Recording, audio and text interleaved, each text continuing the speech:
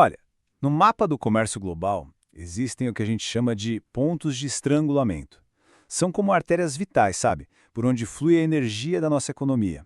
Mas pode acreditar, nenhuma é mais crítica, mais contestada ou mais perigosa do que o Estreito de Hormuz. Ok, vamos lá. Para a gente ter uma ideia da escala, pensa só nisso.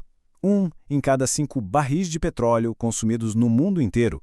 A energia que abastece os carros, que aquece as casas, que alimenta as indústrias. Tudo isso precisa passar por uma faixa de água que é super estreita, com só 33 quilômetros de largura, um verdadeiro gargalo geográfico. E aí que tá, né? Essa é a vulnerabilidade central, bem no coração do sistema de energia do mundo. Então, a grande questão é, o que acontece se esse estreito fechar?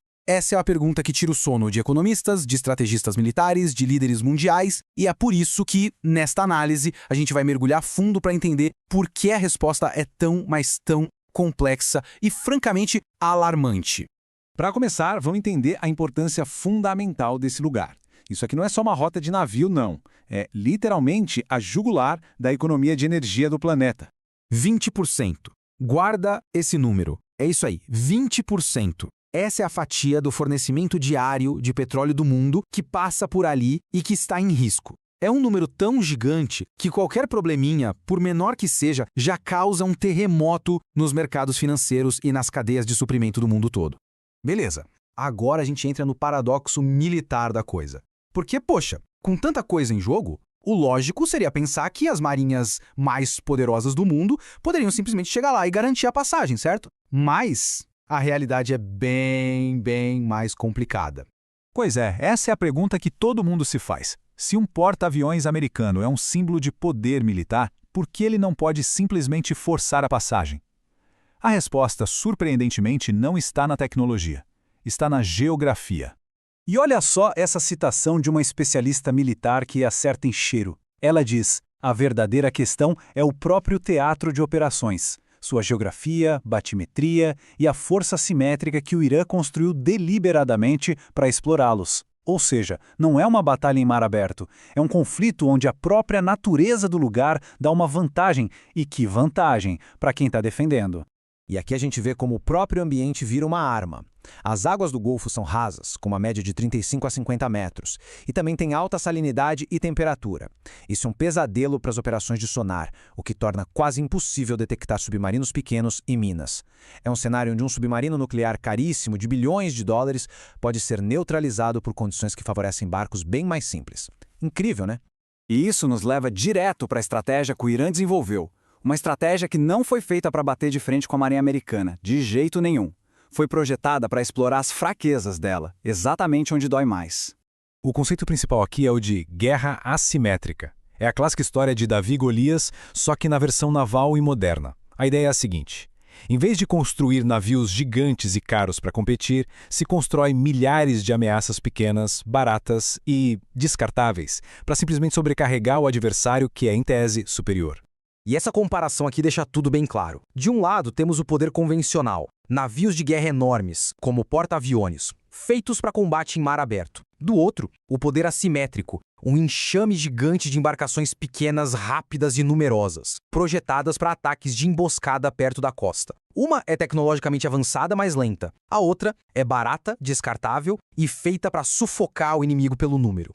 Agora, para pensar nesse número. 1.500. 1.500 lanchas de ataque rápido. É uma tática de enxame mesmo. Um navio de guerra moderno consegue se defender de alguns mísseis, claro, mas e de dezenas deles, vindo de todas as direções ao mesmo tempo? Essa é a aposta assimétrica.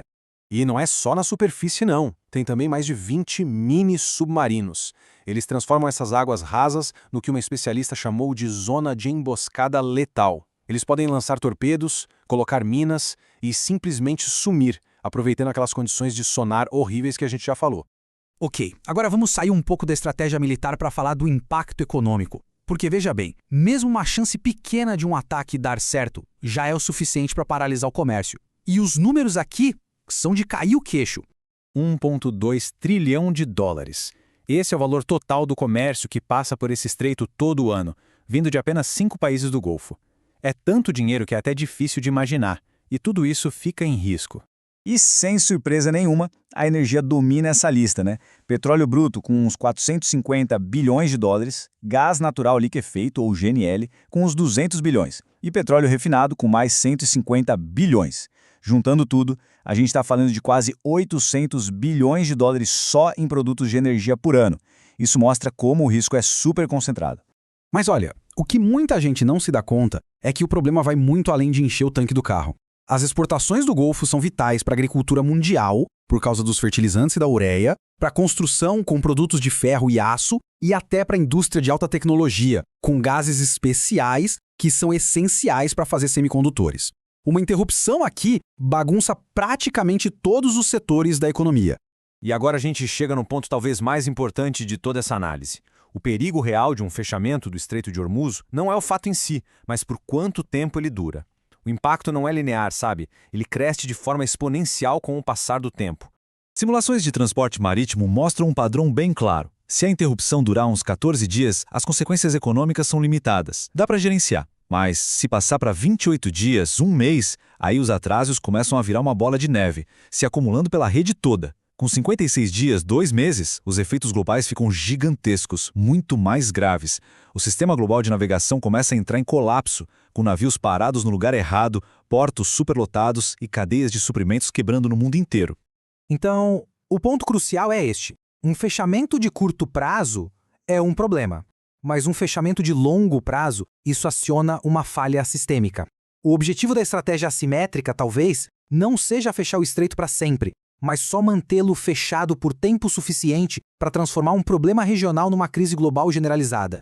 E tudo isso nos deixa com uma pergunta final que é um pouco inquietante. O Estreito de Hormuz é só um desses pontos de estrangulamento. A crise ali expõe o quão frágil é essa rede superconectada que sustenta o nosso modo de vida. No fim das contas, isso nos força a pensar: qual é a real resiliência dos sistemas globais dos quais a gente depende todos os dias?